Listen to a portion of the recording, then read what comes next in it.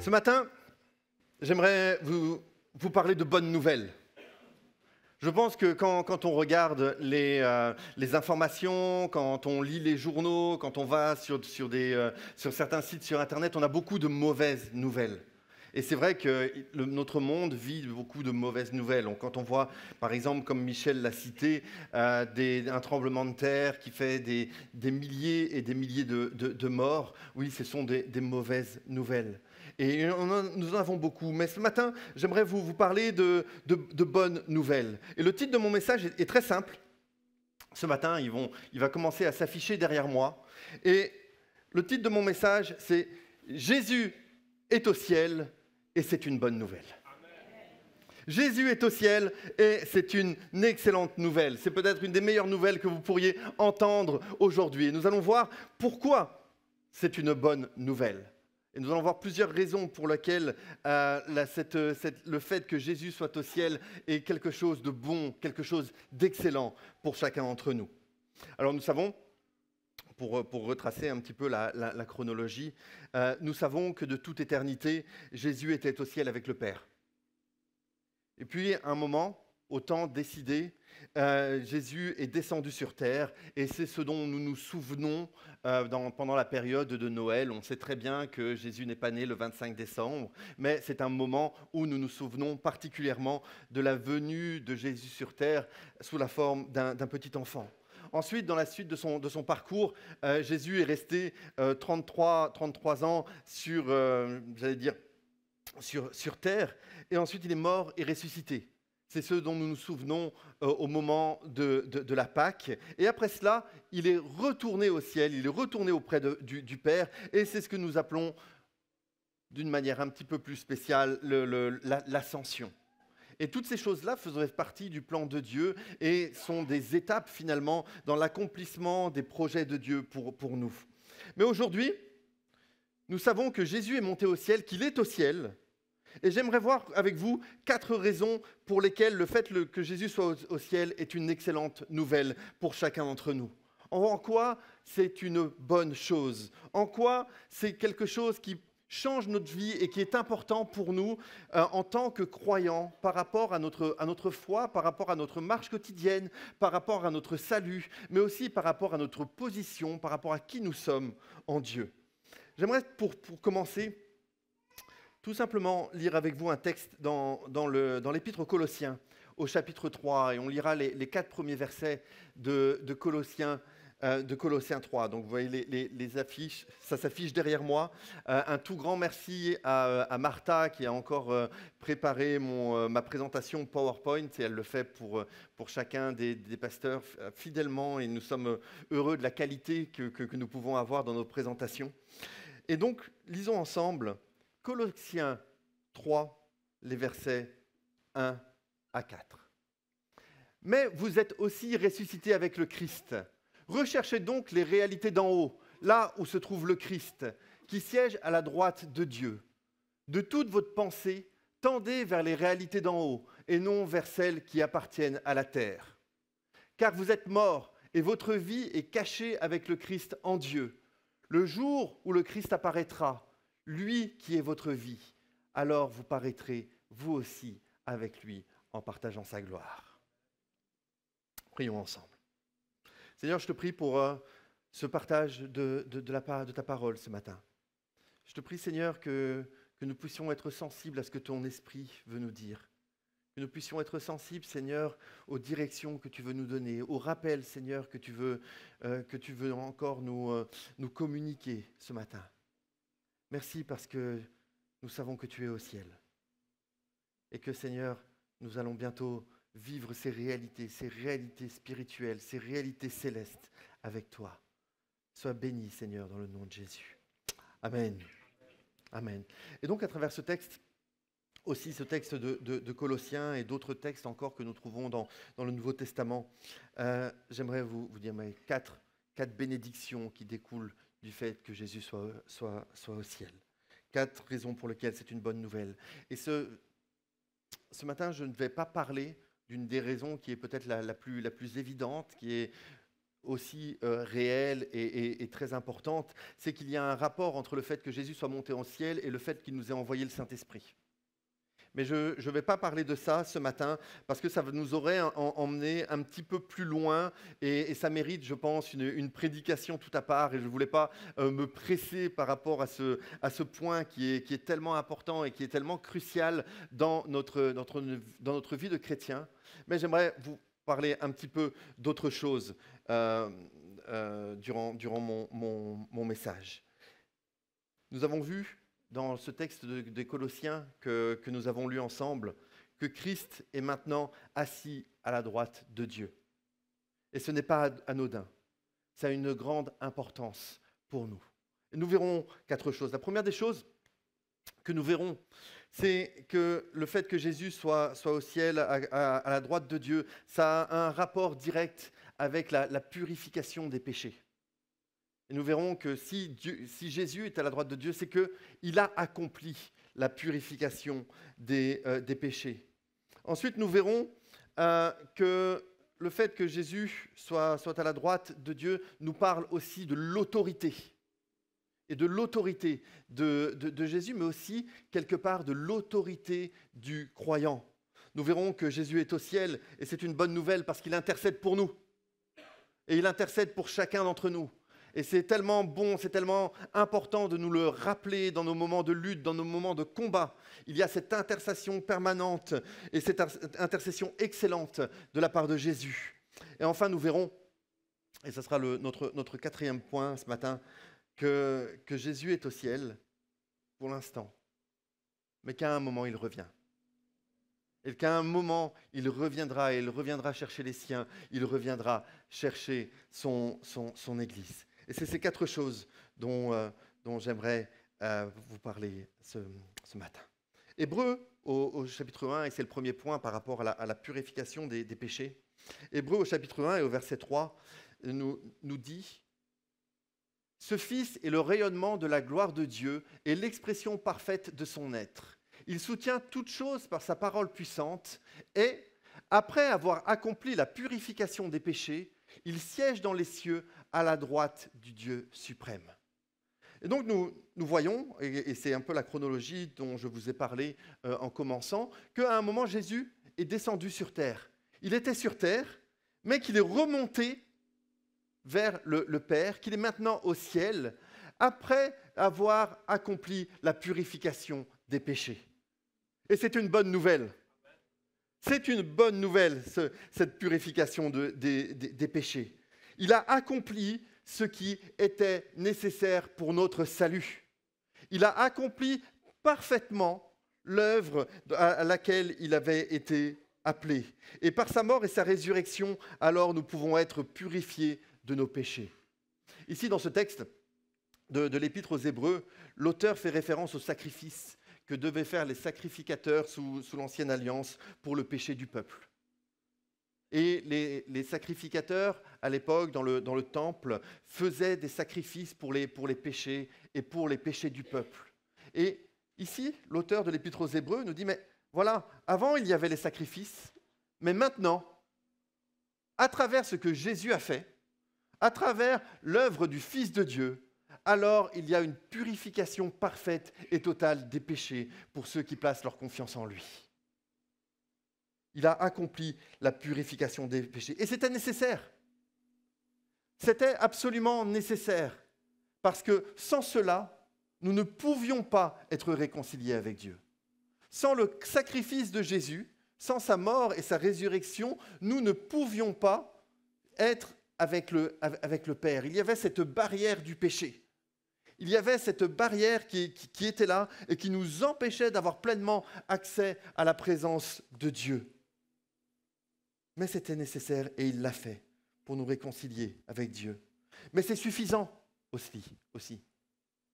Il n'y a pas besoin d'ajouter autre chose.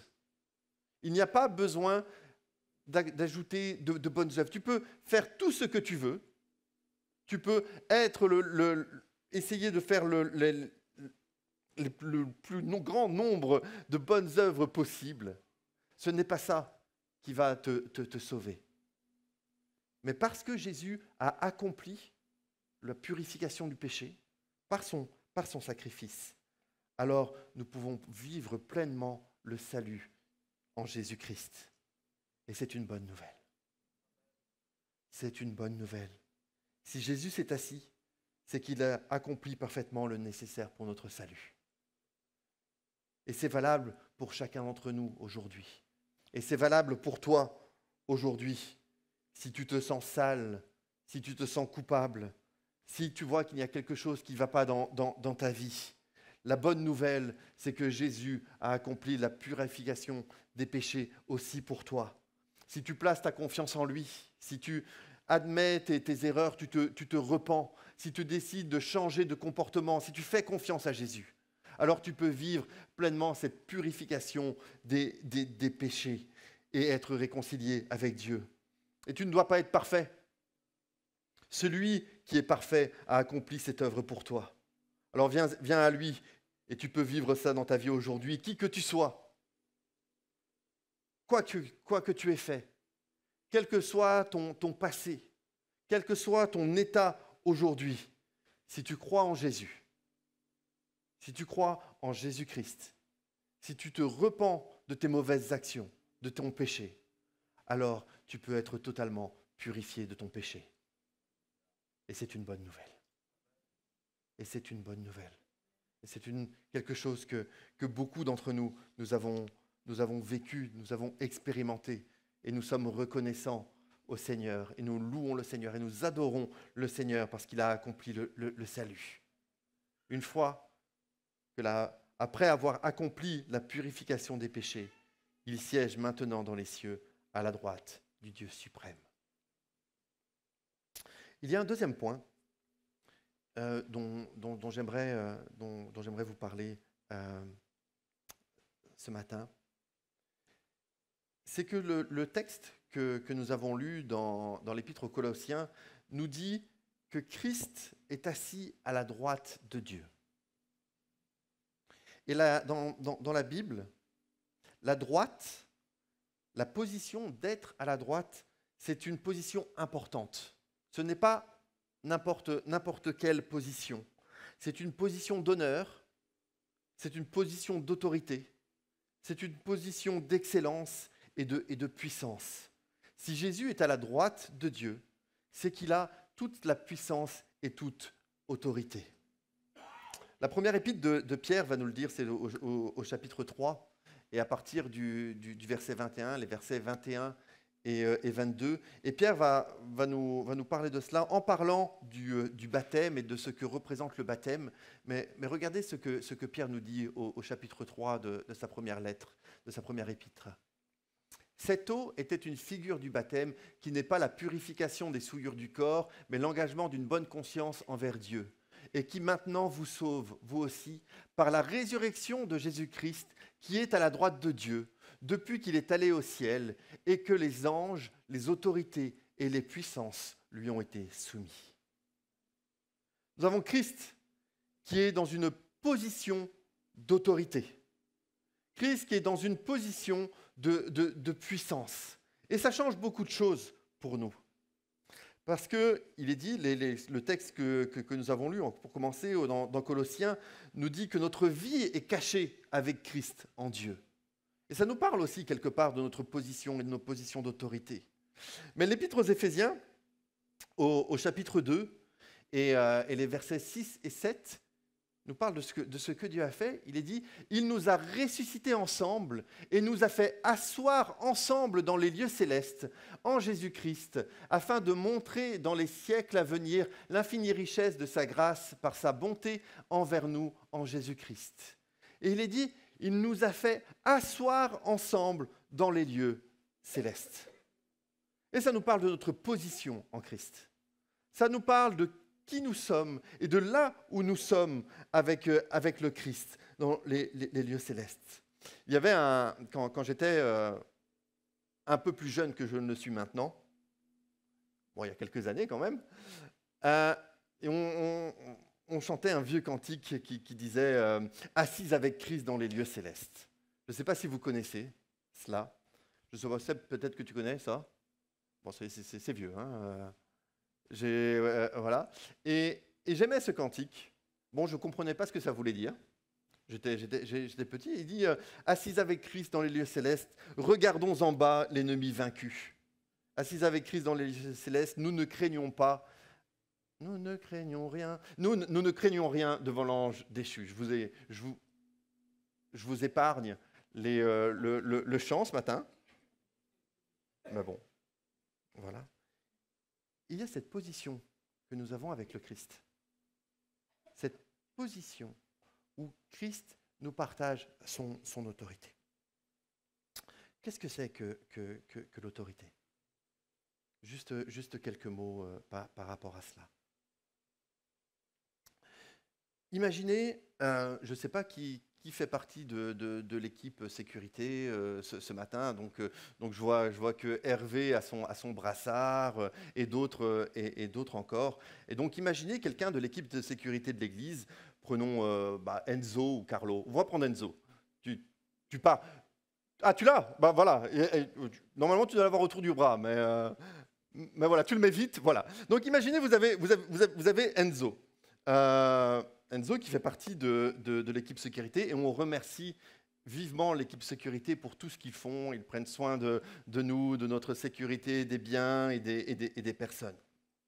Donc imaginez, vous rentrez chez vous un soir, tard, avec votre voiture, et puis vous décidez de rentrer votre voiture dans votre garage ou de garer votre voiture devant chez vous. Je ne sais pas si vous avez un garage.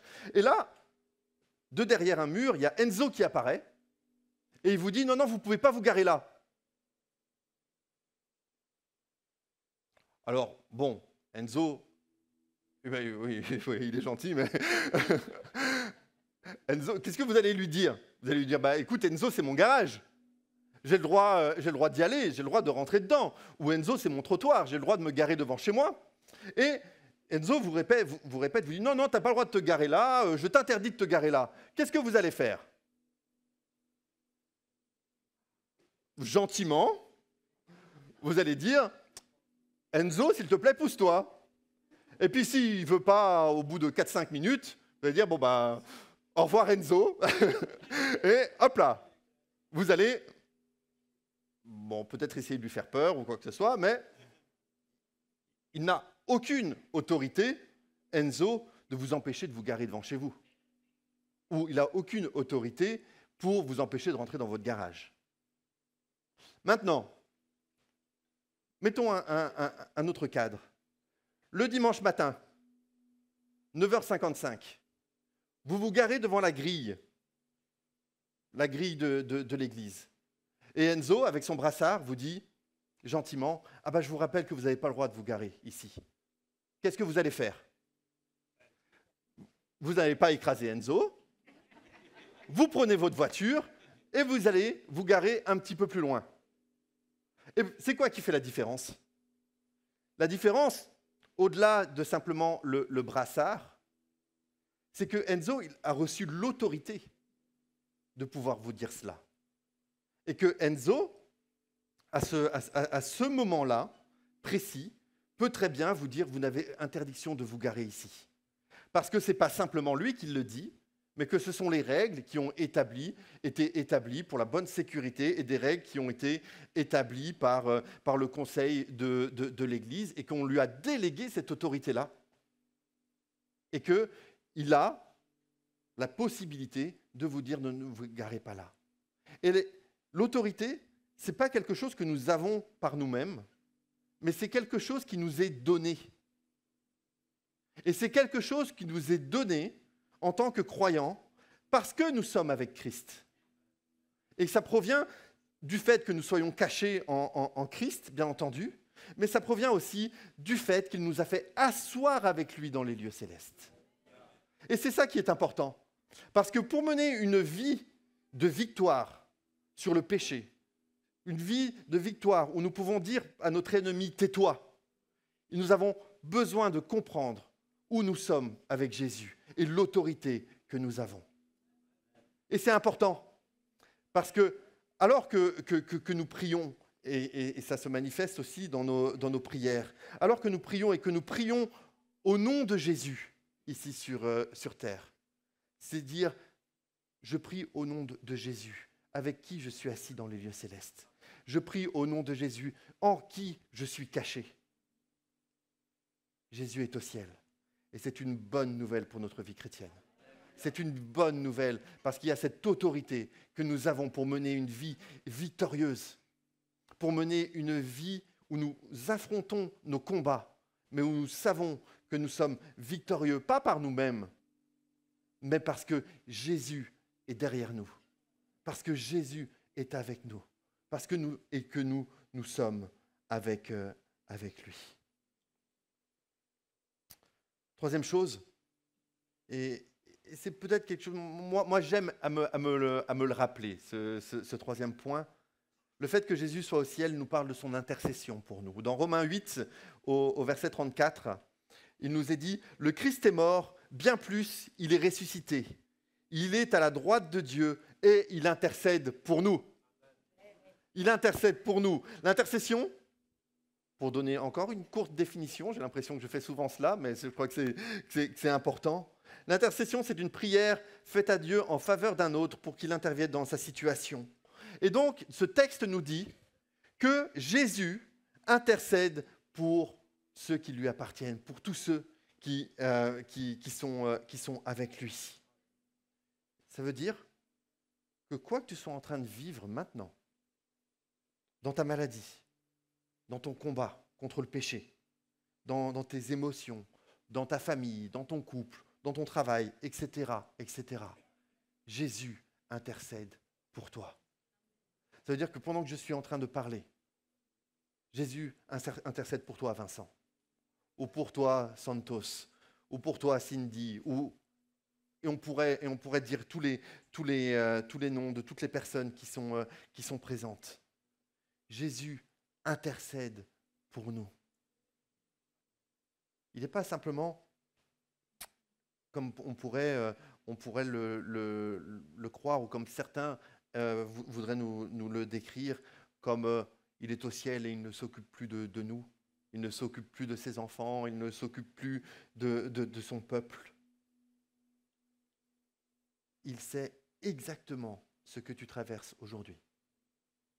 Et il prie, et il intercède,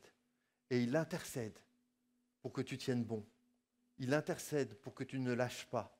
Il intercède pour que tu sois victorieux de ton combat. Il intercède pour que tu fixes toujours ton regard vers les choses célestes. Et on dit assez régulièrement, et c'est vrai, et c'est juste qu'au milieu de nos épreuves, qu'au milieu de nos souffrances, Jésus nous prend par la main, qu'il prend le chemin avec nous, qu'il nous relève, qu'il nous prend dans ses bras. Et toutes ces images sont belles et sont justes. Mais j'aimerais ce matin aussi que nous ayons cette vision de Jésus qui intercède pour nous. Tu n'es pas seul. Jésus intercède pour toi. Dans tes combats, Jésus est avec toi. Il ne t'oublie pas. Il ne t'oublie pas. On a parfois cette idée que Jésus nous oublie. Jésus ne t'oublie pas. Il intercède pour toi.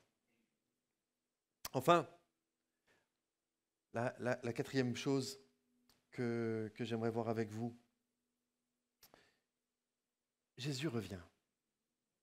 Il est actuellement à la droite de Dieu, il est assis, mais à un moment, Jésus va revenir. Jésus va se lever et il va revenir pour chercher les siens. Dans un certain contexte, Job va dire « Mais je sais que mon Rédempteur est vivant et qu'il se lèvera le dernier sur la terre. » Et Jésus va se lever. De là où il est assis, Jésus va se lever et il reviendra pour nous chercher. C'est une excellente nouvelle. C'est notre espérance. Notre espérance, elle n'est pas dans l'amélioration de certaines situations ou dans que tout va aller bien dans notre monde. Non, les choses n'iront pas bien dans notre monde. Notre espérance, elle est en Jésus-Christ, qui est au ciel et qui revient bientôt. Et nous ne savons pas exactement à quel moment Jésus va revenir. Mais nous savons que cette promesse est vraie et certaine. comme il y avait des promesses concernant sa première venue, et que sa première venue s'est accomplie, qu'il est venu une première fois sur terre, il y a des promesses sur sa seconde venue qui sont là et qui sont en attente d'accomplissement. Et nous attendons, et alors que nous sommes là, nous crions Maranatha, nous disons, mais viens Seigneur Jésus, viens Seigneur Jésus. Il est au ciel, mais à un moment, il reviendra mettre un terme à l'histoire de notre monde. Et la gloire à venir, et nous sommes dans cette attente, mais la gloire à venir sera incomparable avec les souffrances et les difficultés de notre monde présent. C'est une bonne nouvelle. C'est une bonne nouvelle parce que Jésus a accompli la purification des péchés. Et c'est pour nous. Aujourd'hui, nous en avons été au bénéfice. Mais c'est aussi pour toi, peut-être, ce matin, qui ne connaît pas Jésus et qui te sent éloigné de lui et qui te sent sale et qui te sent malheureux. C'est une bonne nouvelle parce que nous vivons cette autorité de Jésus qui est à la droite de Dieu et qui règne. Et nous sommes cachés en lui et nous sommes assis avec lui, comme nous l'avons lu. Il intercède pour nous. Dans ton combat, il intercède pour toi. Dans ton combat, il est avec toi aussi ce matin. Et il revient bientôt. Il revient bientôt. Alors qu'est-ce que ça change pour nous ? Qu'est-ce que cela implique ? Et j'aimerais simplement revenir au premier texte que nous avons lu ensemble dans l'Épître aux Colossiens au chapitre 3, où il nous est dit, si donc, on va le lire dans cette version-là, mais vous êtes aussi ressuscités avec le Christ. Recherchez donc les réalités d'en haut, là où se trouve le Christ qui siège à la droite de Dieu. La slide suivante, s'il te plaît. Le jour où le Christ apparaîtra, lui qui est votre vie, alors vous paraîtrez vous aussi avec lui en partageant sa gloire. Il y a une invitation ici. Parce que le Christ est à la droite de Dieu, nous sommes invités à fixer ses regards vers lui. Fixer nos regards, notre attention. Nous sommes invités à rechercher les choses d'en haut, à ne plus simplement nous satisfaire de nos réalités terrestres, pas simplement nous satisfaire des choses qui, certaines sont importantes, mais d'autres sont aussi assez futiles, mais de regarder vers le Seigneur Jésus, qui est à la droite de Dieu, et dire, mais Seigneur, j'ai tout en toi. Seigneur, je suis caché en toi. Et ça fait une différence dans notre vie. Je pense que c'est un des points principaux à comprendre pour mener une vie de victoire. Pour mener une vie où nous sommes dans un combat. Et c'est la vie chrétienne est un combat. Mais où, par notre position, par notre compréhension de qui nous sommes en Dieu, nous pouvons aller de gloire en gloire et de victoire en victoire. Est-ce que nous pouvons prier ensemble ce matin ?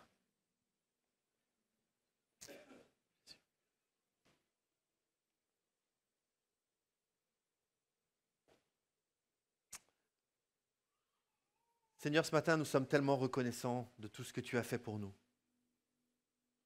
Nous sommes tellement reconnaissants, Seigneur, que tu sois venu sur la terre. Nous sommes tellement reconnaissants pour la Pâque, Seigneur, pour ta mort, pour ta résurrection. Mais Seigneur, tu nous invites à aller plus loin, Seigneur, avec toi. Ce matin, nous voulons nous rappeler que tu es monté au ciel après avoir accompli la purification des péchés. Et je veux particulièrement prier pour l'un ou pour l'autre, Seigneur, qui sont là ce matin et qui ont besoin de vivre cette rencontre avec toi, qui ont besoin d'être lavés du péché, qui ont besoin d'être purifiés, Seigneur, qui se sentent sales, qui se sentent tellement impropres, Seigneur, à l'intérieur d'eux.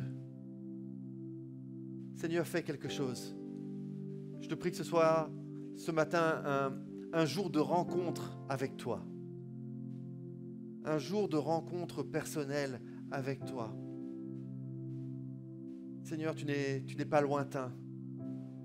Tu es simplement distant d'une prière, Seigneur. D'une voix qui s'élève et qui crie à toi. Et qui crie son besoin d'être sauvé et d'être purifié. Seigneur, je te prie pour tous ceux qui traversent une épreuve, une difficulté, Seigneur. Que ce soit la maladie, que ce soit dans leur vie de famille, dans leur vie professionnelle, Seigneur. Que ce soit une lutte contre un péché que tu connais, Seigneur. Ce matin, nous rappelons que tu intercèdes. Que tu intercèdes pour nous. Merci, Seigneur, pour cette intercession extraordinaire, cette intercession excellente. Nous nous rappelons, Seigneur, l'autorité, Seigneur, que nous pouvons avoir en toi. Merci parce que, comme nous l'avons lu, tu nous fais asseoir dans les lieux célestes. Et c'est important, Seigneur. Aide-nous à tendre nos regards vers toi, toujours, à rechercher les choses célestes et ne pas être attirés, Seigneur, par les choses de ce monde. Fais ton œuvre en nous, Seigneur. Et encore une fois, alors que nous sommes réunis, tous ensemble, ton Église veut crier Maranatha, Seigneur. Viens, Seigneur, viens. Viens. Nous te le demandons. Nous languissons après ton retour. Nous nous attendons, Seigneur, à ton retour. Maranatha, viens, Seigneur Jésus. Sois glorifié.